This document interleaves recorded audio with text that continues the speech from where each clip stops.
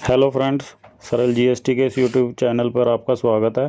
आज हम जिस टॉपिक के बारे में आपके साथ डिस्कशन करने जा रहे हैं वो GST on liquidate damages,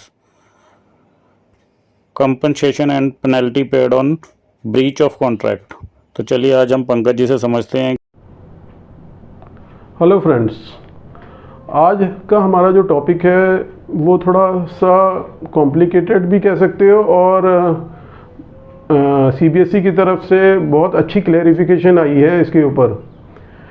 topic जो हमारा है वो है liquidated damages, compensation and penalty paid on breach of contract.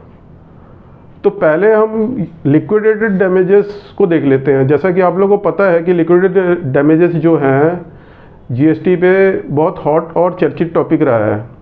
मतलब कि इसमें कई जजमेंट्स आए, कई एआर इशू हुए जो टैक्स पेयर के फेवर में भी आए और टैक्स पेयर के अगेंस्ट में भी गए हैं। और जो टैक्स पेयर के अगेंस्ट में गए हैं उनका मेन बेस था कि शेड्यूल 2 का पैरा नंबर 5E, उसके बेसिस पे ये टैक्स पेयर के अगेंस्ट में गए। मतलब कि लिक्विडेटेड डैमेजेस पर उन्होंने जीएसटी चार्ज करने को बोला। तो लिक्विडेटेड डैमेजेस होते क्या हैं उसको एक एग्जांपल से हम समझ लेते हैं। सपोज मैं एक कॉन्ट्रैक्टर हूँ, आप लोग सब एक रेसिपिएंट हो। आप मेरे को एक बिल्डिंग बनाने का कॉन्ट्रैक्ट देते हो। बिल्डिंग मैंने 1 साल के अंदर तैयार करके देनी है आपको, ठीक है। अब वो बिल्डिंग मैं 1 साल की जगह 2 साल लगा देता हूँ, तो उस केस में आप मेरे ऊपर पेनल्टी इम्पोज कर देते हो कि भाई आपने 1 साल ज़्यादा ले लिया तो हम आपको पेनल्टी लगाएंगे। उन्होंने मेरे पे जो पेनल्टी लगाई है उस पेनल्टी को लिक्विडेटेड डैमेजेस कहते हैं, ठीक है। तो सबसे पहले तो सीबीएसई ने ये क्लियर किया कि कोई भी किसी भी कॉन्ट्रैक्ट में एंटर हो रहा है तो वो इसलिए एंटर नहीं हो रहा है कि वो कॉन्ट्रैक्ट वो तोड़ देगा या वो कॉन्ट्रैक्ट को ठीक से परफॉर्म नहीं करेगा या वो कॉन्ट्रैक्ट में गड़बड़ कर देगा या वो किस बिल्डिंग बनाने में, जैसे मेरे को दी थी बिल्डिंग बनाने में, जानबूझ के डिले करूँगा। तो उन्होंने ये कहा कि जो लिक्विडेटेड डैमेजेस होते हैं जो पे करे जाते हैं वो बेसिकली रेसिपिएंट का जो लॉस होता है उसको कंपनसेट करने के लिए पे किए जाते हैं। तो ये कोई अलग से सप्लाई नहीं है, ये कॉन्ट्रैक्ट का एक इवेंट है या कॉन्ट्रैक्ट का पार्ट है, इसको हम अलग से सप्लाई नहीं गिनेंगे। तो इसलिए उन्होंने ये यहाँ पर बहुत अच्छी क्लैरिफिकेशन दी कि जो लिक्विडेटेड डैमेजेस हैं उसके ऊपर जीएसटी नहीं लगेगा, ठीक है। अब ये हम जो मैं कह रहा था शेड्यूल 2 ऑफ पैरा 5E है उसको देख लेते हैं वो क्या चीज़ है, उसमें क्या कहता है। शेड्यूल 2 ऑफ पैरा 5E में लिखा हुआ है agreeing to obligation to refrain from act और टू टॉलरेट एक्ट और सिचुएशन और टू डू एक्ट। तो इसमें क्या चीज़ है, इसमें 3 इंपॉर्टेंट पॉइंट्स हैं। पहला क्या है, टू रिफ्रेन फ्रॉम एक्ट, मतलब कि कुछ ना करने के लिए कंसिडरेशन लेना। रिफ्रेन मतलब कुछ ना करना, मना करना, ना करने के लिए कंसिडरेशन लेना। सेकंड है टू टॉलरेट एक्ट और सिचुएशन। अब ये क्या है, किसी को टॉलरेट करने के लिए कंसिडरेशन लेना, उस पर जीएसटी लगेगा कि नहीं। थर्ड है टू डू एक्ट, किसी काम करने के लिए जीएसटी कंसिडरेशन लेना, उस पर जीएसटी लगेगा कि नहीं है। यहाँ पर जो इम्पोर्टेंटली बताना जरूरी ये है कि शेड्यूल 2 जो है वो खाली क्लासिफिकेशन ऑफ गुड्स या क्लासिफिकेशन ऑफ सर्विस देता है। वो ये नहीं कहता कि ये सप्लाई ऑफ गुड्स है और ये सप्लाई ऑफ सर्विस है। जो शेड्यूल 2 जो भी सप्लाई है वो सप्लाई डिफाइन की हुई है सेक्शन 7(1) के अंदर। 7(1) के अंदर अगर जो भी एक्टिविटी शेड्यूल 2 की हैं वो उसके अंदर अगर कवर होगी 7(1) के अंदर, तभी ये सप्लाई मानी जाएगी। अब जब हम सेक्शन 7(1) को देखते हैं, उसके क्लॉज नंबर 1A को देखते हैं, वहाँ पर ये लिखा गया है कि वो कहता है कि शेड्यूल 2 की जो भी एक्टिविटी या ट्रांजैक्शन, जो भी शेड्यूल 2 के अंदर एक्टिविटी और ट्रांजैक्शंस हैं, वो अगर 7(1) सप्लाई की जो डेफिनेशन है 7(1) के अंदर कवर हो रही हैं तो ही वो सप्लाई मानी जाएगी, ठीक है। और सेक्शन 7 के अंदर जो सप्लाई की डेफिनेशन दी गई है उसको हम देख लेते हैं। उसमें क्या दिया है, supply includes all forms of supply of goods और services such as sale, barter, exchange, lease, rental और डिस्पोजल मेड और agree to be made for consideration by a person in course और फर्दरेंस ऑफ बिजनेस। अब इसके अंदर अगर ये schedule 2 की जो 1A क्लॉज मैंने बताया, शेड्यूल 2 की एक्टिविटीज़ इसके अंदर अगर वो फॉल कर रही हैं तभी वो सप्लाई मानी जाएगी, तभी उन पे GST लगेगा। ठीक है, चलो अब हम शेड्यूल 2 के जो पैरा 5E के अंदर जो हमने बताया था कि refrain from act, tolerate to act and to do act, इसको इन्होंने विद एग्जाम्पल इस सर्कुलर के अंदर डिफाइन किया गया है, सर्कुलर नंबर 178। अब उसमें एग्जाम्पल के साथ उसमें बताया गया है कि इस पे GST लगना है या नहीं लगना है। तो पहला एग्जाम्पल हम देख लेते हैं।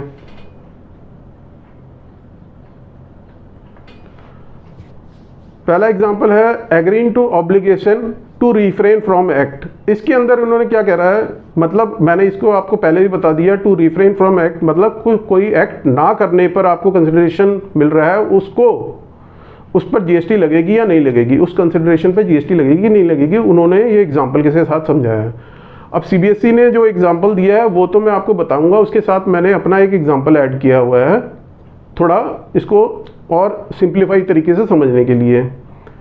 मान लो कि मेरी एक स्वीट शॉप है और मेरे बगल में भी बंसल स्वीट शॉप है। ठीक है, बंसल स्वीट शॉप वाला कहता है कि भाई आप 6 महीने के लिए अपनी शॉप बंद कर दो तो मैं आपको 1 करोड़ रुपए दे दूंगा।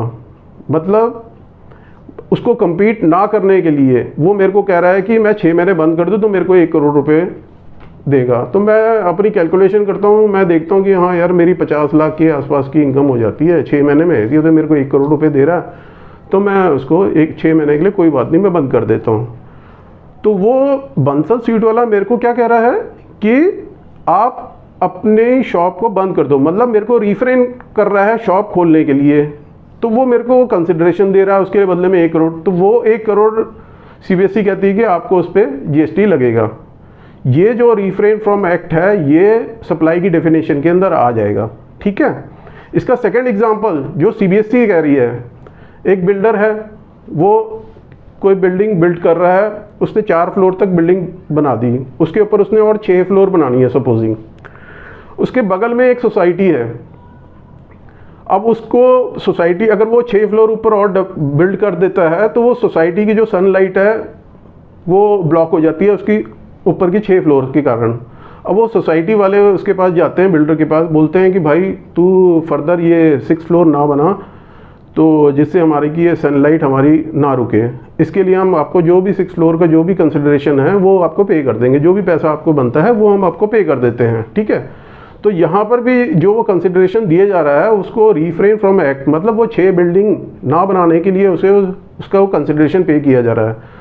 तो यहाँ पर भी CBSE ने क्लियर किया कि आपको इस कंसिडरेशन पे GST देना है, इस पे GST लगेगा। ठीक है, अब इसका नेक्स्ट पॉइंट हम देख लेते हैं। नेक्स्ट पॉइंट है agreeing to obligation to tolerate an act और सिचुएशन।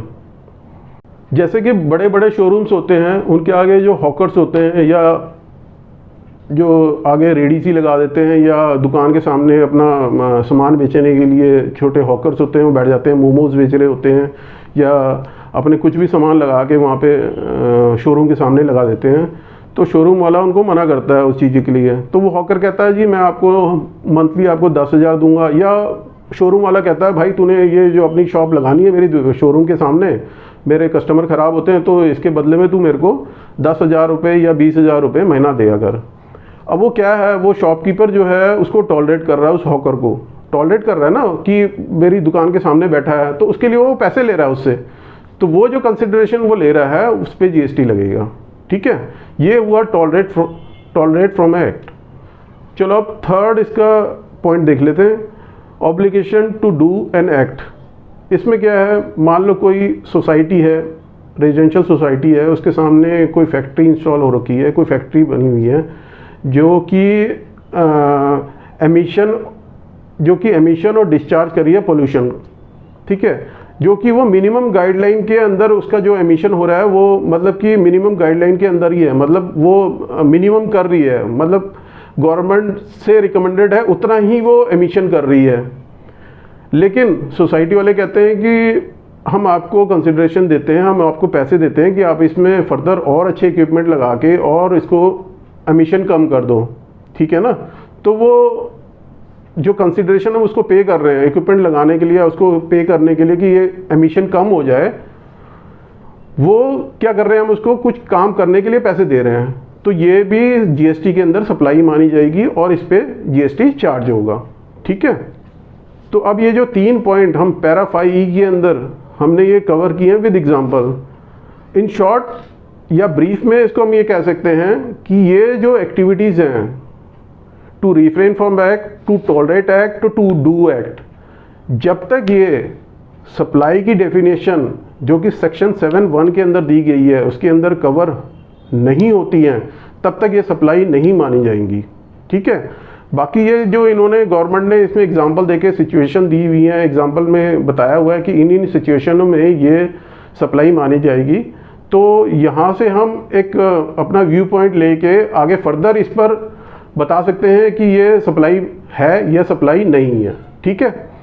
चलो इसमें अब आगे और कुछ पॉइंट्स हैं जो हम रेफ़र कर लेते हैं, देख लेते हैं कि किस किस पे जीएसटी लगना है या जीएसटी नहीं लगना है। जैसा एक पॉइंट इन्होंने दिया है, चेक डिसऑनर और फाइन एंड पेनल्टी। देखो चेक डिसऑनर, कोई भी सप्लायर ये नहीं चाहता कि उसे जो चेक दिया गया है वो डिसऑनर हो जाए, ठीक है।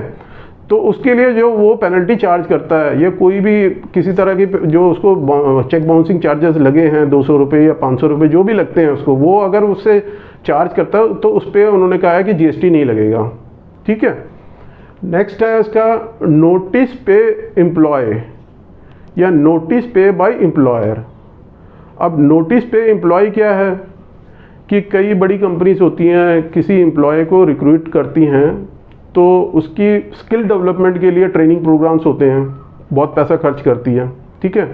लेकिन वो एक बॉन्ड भरवाती है कि भाई आपने मिनिमम हमारे साथ 5 साल काम करना है और आपका नोटिस पीरियड होगा 2 महीने का या 3 महीने का।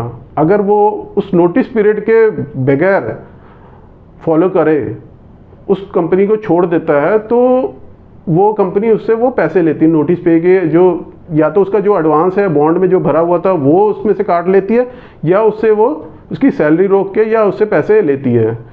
तो इस पे भी कई पहले AR आए थे जिसमें इन्होंने कहा कि ये जो नोटिस पे है इस पे जीएसटी लगेगा जो कंपनियां पैसे ले रही हैं। तो इस पे अभी इस सर्कुलर पे जीएसटी ने क्लेरिफाई किया कि ये जो कंसिडरेशन है इस पे जीएसटी अप्लीकेबल नहीं होगा। नेक्स्ट पॉइंट है लेट पेमेंट, सरचार्ज और फ़ी।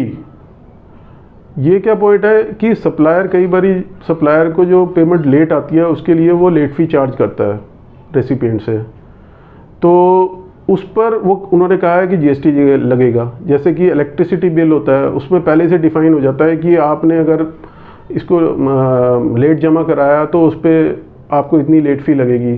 तो पहले ही से एग्रीमेंट में मतलब एक तरह से डिफ़ाइन है कि उस पर लेट फ़ी आपने देनी है इस डेट के बाद अगर आप पे कर रहे हो। तो उस पर उन्होंने सीबीएसई ने क्लेरिफाई किया है कि उस पर आपका जीएसटी लगेगा, ठीक है।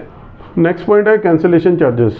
ऐसा बहुत बार होता है कि हम होटल बुकिंग कराते हैं, पहले से ही अपना टूर फिक्स होता है तो उसमें होटल बुकिंग पहले करा लेते हैं जिससे हमें परेशानी ना आए। तो उसमें कई बार वो टूर कैंसिल भी होता है, तो उस जब वो होटल जो बुकिंग हमने कराई होती है उसमें जो होटल वाला होता है वो हमारे से कुछ कैंसिलेशन चार्जेस लेता है, ठीक है ना। वो हमारी कुछ एडवांस मनी फॉरफिट करता है, तो वो जो कैंसिलेशन चार्जेस है उस पर अब जीएसटी लगेगा। तो आज का जो हमारा टॉपिक कवर हुआ है अभी तक, इस टॉपिक पर सीबीएसई ने एक सर्कुलर इशू किया हुआ है ऑलरेडी, सर्कुलर नंबर 178/2022 जीएसटी का। अगर आपने कोई डिटेल में इसको समझना है तो आप उस सर्कुलर को रेफ़र कर सकते हो। Thank you.